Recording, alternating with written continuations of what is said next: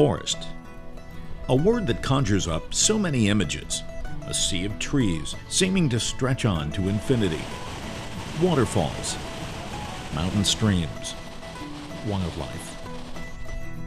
North Carolina's Pisgah National Forest has all of that in abundance. It's vast, 512,758 acres, covering parts of 12 counties. This portion of the forest is located about 15 miles southwest of Asheville in the Blue Ridge Mountains. The Pisgah National Forest was created in 1916, 2 years after the U.S. government purchased 86,700 acres of forest land from the estate of George Vanderbilt II.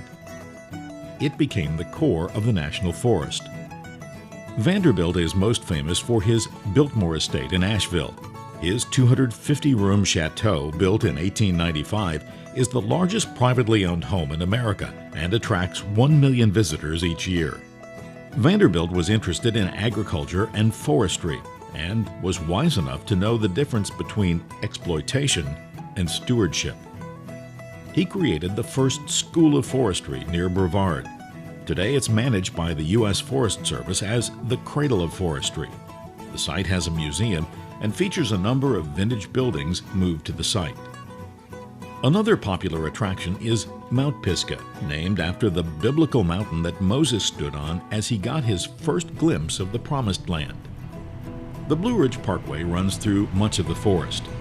The Park Service leases a 51-room hotel at the base of Mount Pisgah.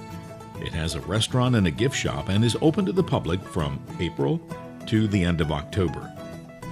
One of the most visited and photographed sites in the forest is Looking Glass Falls.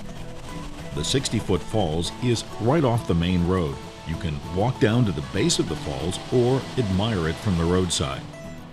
The name comes from the reflected sunlight that shines off the ice when it freezes in the winter. The rocks can be very slick, and care must be taken when climbing around. Not far away is Looking Glass Rock.